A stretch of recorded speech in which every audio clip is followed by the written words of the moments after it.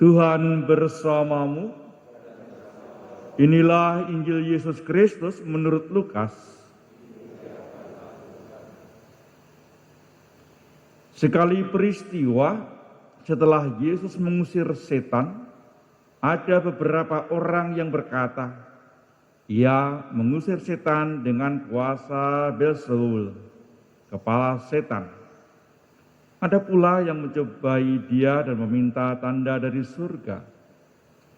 Tetapi Yesus mengetahui pikiran mereka lalu berkata, "Setiap kerajaan yang terpecah-pecah pasti binasa, dan setiap rumah tangga yang terpecah-pecah pasti runtuh. Jika iblis juga terbagi-bagi dan melawan dirinya sendiri, bagaimana mungkin kerajaannya dapat bertahan?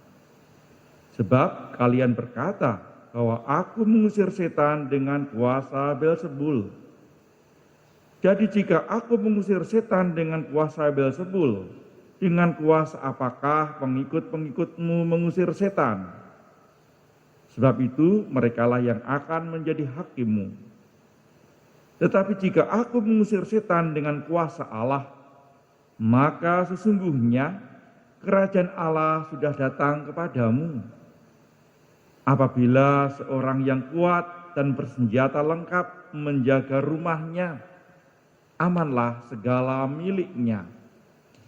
Tetapi jika seorang yang lebih kuat daripadanya menyerang dan mengalahkannya, maka orang itu akan merampas perlengkapan senjata yang diandalkannya dan akan membagi-bagikan rampasannya. Barang siapa tidak bersama aku, ia melawan daku. Dan barang siapa tidak mengumpulkan bersama aku, ia mencerai-beraikan. Apabila roh jahat keluar dari manusia, ia mengembara di tempat-tempat yang tandus mencari perhentian. Dan karena tidak mendapatkannya, ia berkata, "Aku akan kembali ke rumah yang telah kutinggalkan itu." Maka pergilah ia dan mendapati rumah itu bersih tersapu dan rapi teratur. Lalu ia keluar dan mengajak 7 roh lain yang lebih jahat daripadanya, dan mereka masuk dan tinggal di situ. Maka akhirnya keadaan orang itu lebih buruk daripada keadaannya semula. Demikianlah Injil Tuhan.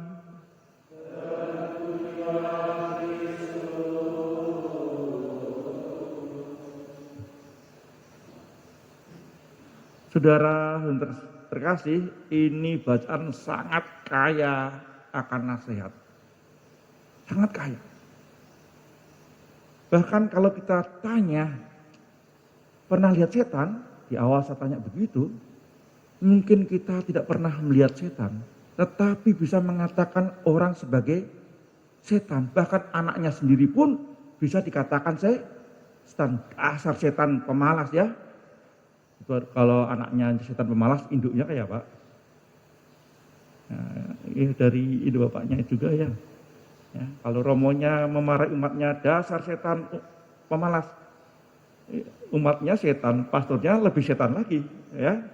Atau sebaliknya lah mungkin permainan kata. Tapi sekali lagi, artinya apa? Dari ungkapan ini, kita memang tidak pernah melihat setan, tetapi mengenal perbuatan. Melihat kelakuannya bersumber dari mana. Bahkan dikatakan, kalau aku mengusir setan atas nama Beelzebul, mereka akan tercerai. Tuhan pun mengingatkan, kejahatan itu pun bisa bersatu agar kejahatannya tetap langgeng. Sekali lagi, saya ulangi ya. Kejahatan, orang-orang jahat itu bisa bersatu agar kejahatannya tetap langgeng. Kita yang merasa diri telah menjadi orang saleh, orang baik, tidak mau bersatu.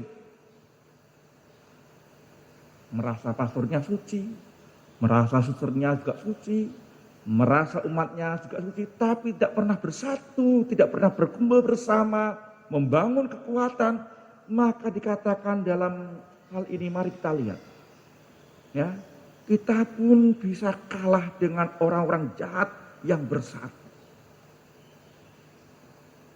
Kita melihat banyak kejahatan, mereka bersatu, tetapi kita diam, maka akan orang mengatakan, lihat, orang-orang Katolik itu mengatakan dirinya baik, tetapi tidak bersatu untuk melawan kejahatan. Membiarkan kejahatan bersatu untuk tetap bertahan dan juga kuat. Sebuah perenungan yang hari ini pun terinspirasi dari perikop ini. Di bagian akhir saya langsung mengucap cukup menarik. Dikatakan, coba perhatikan baik-baik. Apabila roh jahat keluar dari manusia, ingat, apabila roh jahat keluar dari manusia, artinya apa? Roh jahat bisa memasuki manusia. Siapa yang mengatakan? Yesus. Ya, yang mengatakan bukan saya, bukan gereja, tapi hari ini kita dengar yang mengatakan Yesus. Apabila roh jahat keluar dari manusia, ia membara ke tempat yang tandus mencari perhentian. Tempat tandus, di mana tempat tandus? Rumah kosong kah? Apalagi rumah kosong, dompet kosong, enggak ya. Atau apa? Mungkin ya mau dibilang batu atau apa ya bolehlah. Tapi ketika dikatakan dan karena tidak mendapatkannya karena sudah mulai bersih, aku akan kembali lagi ke tempat orang di mana yang kutinggalkan ya. Sekali lagi ya. Maka ketika dia mendapati, katakanlah ada orang yang saya sekali lagi perenungan ya, misalnya saya pernah jatuh, dosa, nggak pernah ke gereja, tiba-tiba tergerak hati kita berkobar untuk ke gereja dalam banyak hal, ya. Lalu roh jahat itu pergi, ya. Tapi dikatakan ketika roh jahat itu mendapati rumah itu lebih bersih, maka dia memanggil teman-temannya 7 roh jahat lain untuk bersama-sama. Artinya apa? Kejahatan pun juga menyukai tempat-tempat yang bersih. Coba. Hati manusia yang bersih pun dia akan masuki. Ini perenungan cukup bagi saya cukup mendalam. Sehingga kita tidak boleh perpuas, nanti kita tunjukkan gimana harus jalan keluarnya. Ya. Lalu dikatakan dia akan memasuki orang itu, bahkan kemudian orang itu lebih jahat daripada sebelumnya.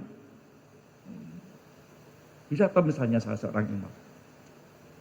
Sudah dulu terpuruk jadi pastor, kemudian setelah jadi pastor, kemudian merasa ini mungkin jadi pastor lebih jahat daripada banyak orang.